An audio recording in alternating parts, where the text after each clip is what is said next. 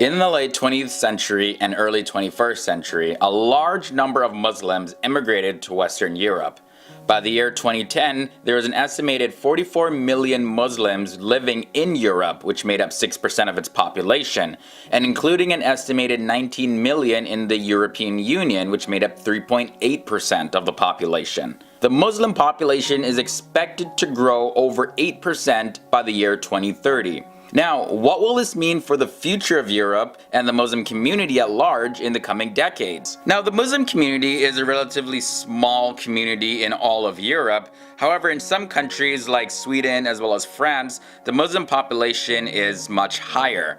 And this has led to a lot of social and political agitation in several countries in Europe, even more so now because of the millions of asylum seekers recently. Today, the places with a Muslim majority in Europe are Bosnia and Herzegovina, Albania, Kosovo, Montenegro, and certain parts of Macedonia. There's also a large amount of Muslims living in Russia. Now, these communities consist predominantly of indigenous Europeans of the Muslim faith, whose religious practices and beliefs date back to several hundred years. And in transcontinental countries like Turkey, Kazakhstan, and Azerbaijan, they also have a Muslim majority population. Let's start by taking a look at why the Muslim population is growing so fast in Europe and will continue to grow fast in the decades to come. When we look at the year 2010 to 2016 alone, the Muslim population in Europe rose more than 1%, from 3.8% of the total population to 4.9%. And in terms of numbers, that's 19.5 million Muslims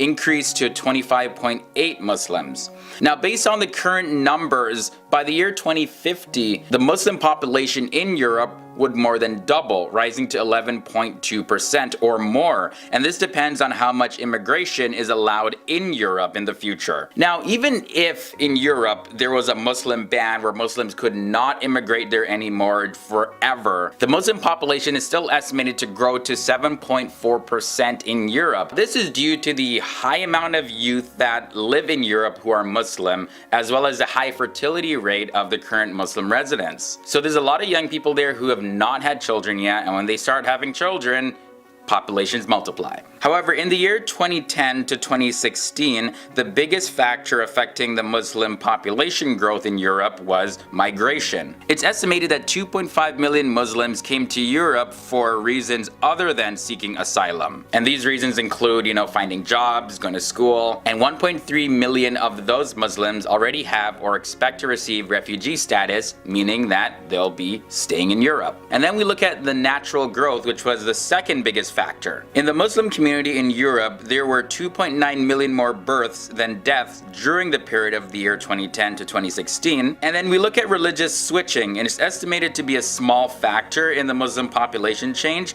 but roughly 160,000 more people converted to Islam during that period. And I did touch on this a little bit, but the Muslim population of youth is a lot higher than other Europeans, as well as they're much younger. And on top of that, they have more children than other Europeans.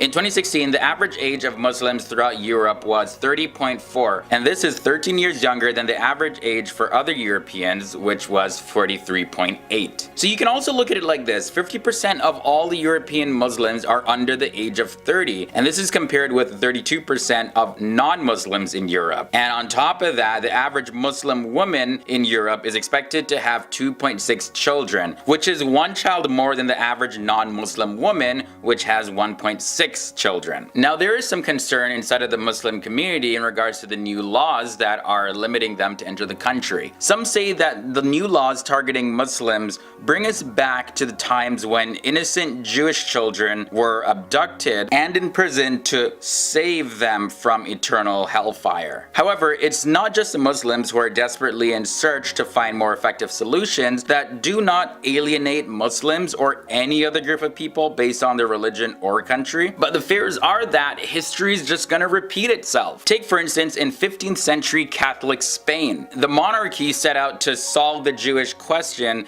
and they put a lot of restrictions on Jewish practices. Then they followed up with forced conversion, and the Jewish people were looked down upon because they were not considered Spanish citizens. By the next century, those who had converted to Roman Catholicism during the 14th and the 15th century, they were much more familiar with the Bible than the general general Catholic population. And they began to set up a new standard which produced the Protestant Reformation, which resulted in the destruction of the Catholic dominance over Europe. Also in Russia under the Tsar, they also tried to solve the Jewish question through discrimination. And of course, this caused a lot of Jewish people with great minds to join the Bolshevik Revolution, and it almost succeeded in the destruction of Russian Orthodoxy and culture.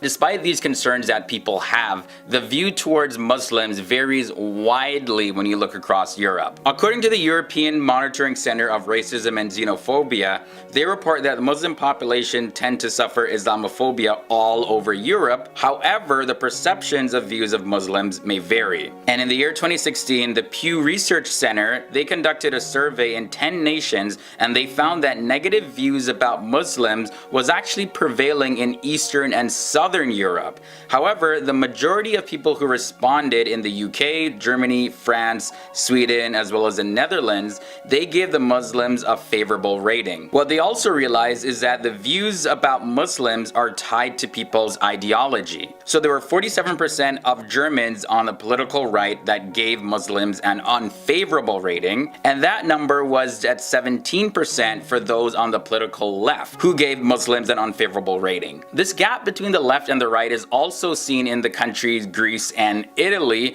and the gap between the percentage is about 30%. According to a WZB Berlin Social Science Center report that looked into the employment of Muslims in countries like Germany, France, and the Netherlands, as well as the UK, Belgium, and Switzerland, they noticed that Muslims in Europe generally have a higher level of unemployment, which is also greatly due because of the lack of language skills, as well as just a general lack of cultural connection and traditions, as well as the views about gender roles compared to other Europeans. This report also noted a very small percent of unemployment was because of discrimination. And the last thing I'm going to touch on about the various views that Europeans have towards Muslims is about their style of dress. This year, 2018, the Pew Research Center conducted a survey, and they found that most Europeans actually favor restrictions on face covering veils. An estimated 13 out of 15 favored banning of face covering veils in Western Europe. They see an Islamic way of dressing to not be representative of religious symbols, but rather they see it as repressive ideology in the form of Islamism, which is intended to influence families, society, and politics. As you can see, there are various different views that Europeans have towards Muslims, and again, these views are impacted by people's political standings and their own ideologies, things like that. And the issues and concerns that people have about this are the number of Muslims that are coming into Europe, the expansion of Islam, what is it going to look like for European culture in the decades to come, while others are saying we got to be inclusive to everyone, we can't discriminate or else we're going to repeat history. So let me know down in the comment section below, where do you stand on this? Are you for the acceptance of all religions and cultures and that people should be free to expand their religion and culture anywhere in the world? Or do you feel that in this case that the increase of the Muslim population across Europe will negatively impact Europeans' quality of life and be a threat to the legacy, culture, history, and a threat to the modern present day safety of the citizens? Alright, we begin this episode off at number 10, Dawah. During ancient times, Muslims used dawah, or inviting others to engage with the message of Islam. Prophet Muhammad, he preached to people individually, but as most of Makkah belonged to the elite class, they saw the message as a threat to their political, religious, and social and economic status in Makkah. However, despite the hostile position of the Meccan leaders, the message of Islam gradually attracted not only the weak and poor of Mecca, but many of the elite people themselves. After that, Prophet Muhammad began preaching the message and teaching the Quran, which made the religion spread. Islam also spread through Sufism. Sufism contributed to the Islamization not only in Central Asia, but also in Kashmir, a disputed territory in the Himalayas foothills with population of upwards of 95% Muslim. Sufism came during the period of the Fatimid Caliphate, and the Sufis started preaching Islam from the time of the Delhi Sultanate to the Mughal era in the Indian subcontinent. Sachal Sarmat, Baba Bule Shah, Shah Wali Ullah, and Data Ganj Bakhsh are some of the prominent Sufis who helped align the local values and the practices with Islamic teachings. Next, at number 8, we're going to be looking at the spread of Islam throughout Asia. Islamic groups maintained control of most Asian land for a long period of time. Arab Muslims spread Islam into Turkish and Persian kingdoms, which then expanded into Central Asia. In Central Asia, Islam gradually spread as cultures and ethnic groups mixed together. And now today, when we look, most of Central Asian nations are actually Islamic nations now. Muslims conquered part of South Asia from India to Bangladesh and began the Delhi Sultanate. Now, in the year 1526, the Mughal Empire descended from the Mongolians, expanded the Muslim territory, and filled the southern Asian land with Muslim art and architecture. From there, let's talk about the spread in Indonesia and China. Most of Indonesia converted to Islam under the influence of the Sufis in the 13th century. Islam also spread through merchant activities by Arab Muslim traders and adoption by local rulers. And today, Indonesia has the highest Muslim population in the entire world. And that comes as a surprise to a lot of people because most people think that most Muslims are in Arab countries, but that's actually not the case. Either way, Islam reached China also during the Tang and Song dynasties from 618 to 1279 via the overland and the maritime Silk Roads. Arabian and Persian traders built tombs and mosques combining traditional Arab and Chinese architectures, intermarried with local Chinese, and also raised the first generation of Chinese-speaking Muslims. However, only 2% of China's population is Muslim today. Alright, for number 6, let's look at the spread of Islam in Africa. Islam entered Africa from different places. First, Arab traders came from Asia into North Africa and moved through the Sahara to West Africa. The first African converts to Islam were merchants in Sudan, followed by some kings and their royal courts. However, the peasants initially maintained their local faiths and converted after some time to Islam. Gao was the first place where the king of Ghana converted, and then Muslims established a kingdom in Mali from the 13th century to the 15th century. Mansa Musa was the king of Mali, and he built the capital city called Timbuktu, where Muslim scholars taught and wrote Islamic law. For fact number 5, I gotta mention Ibn Battuta. Cities developed in the places where African traders met Arab traders, and as the towns grew, the Muslims started building mosques to give the cities some shape. Now, the records about the spread came from Arab sources, such as the great Arab traveler Ibn Battuta, who traveled from Western Africa to Eastern China throughout his life, probably more than Marco Polo or any other explorer at that time. Now, let's look at the rise of Islam over in Europe. Islam expanded in the Caucasus through the Muslim conquest of Persia in the 7th century and entered southern Europe through the expansion of the Umayyad conquest of Hispania in the 8th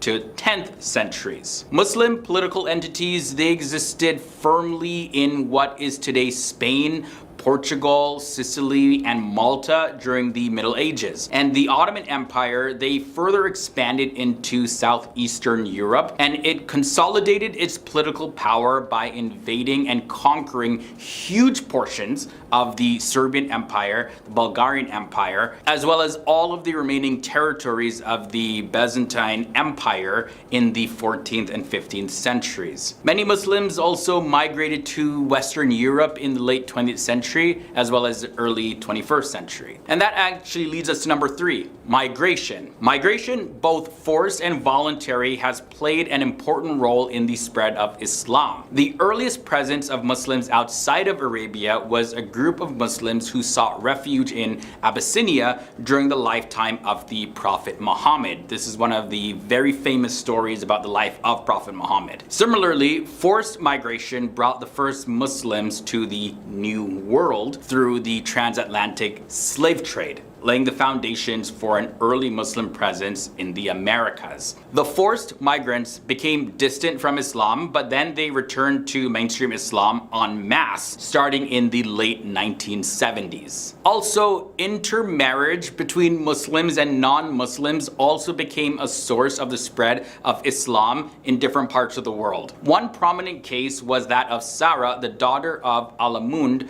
of the Visigothic royal family. Now, she was married twice to prominent Muslims, and in later centuries her descendants formed some of the leading Muslim families of Seville, including the Banu Hajjaj and the Banu Maslama. Similar marriages happened in the Ottoman Empire and in India and also the United States, where Muslims married non-Muslims, and it gave rise to Islam in various different regions. Now we end this episode off with number 1, conquests. Islam spread through the reign of the second Caliph Umar, who held power from 634 to 644. And the Rashidun Caliphate constructed a massive empire out of many swift military victories and gave rise to people embracing the religion of Islam. After the Rashidun, the Umayyad dynasty and the Abbasid dynasty helped increase the conversion to Islam. The Umayyads did not actively encourage conversion, but when the Abbasids rebelled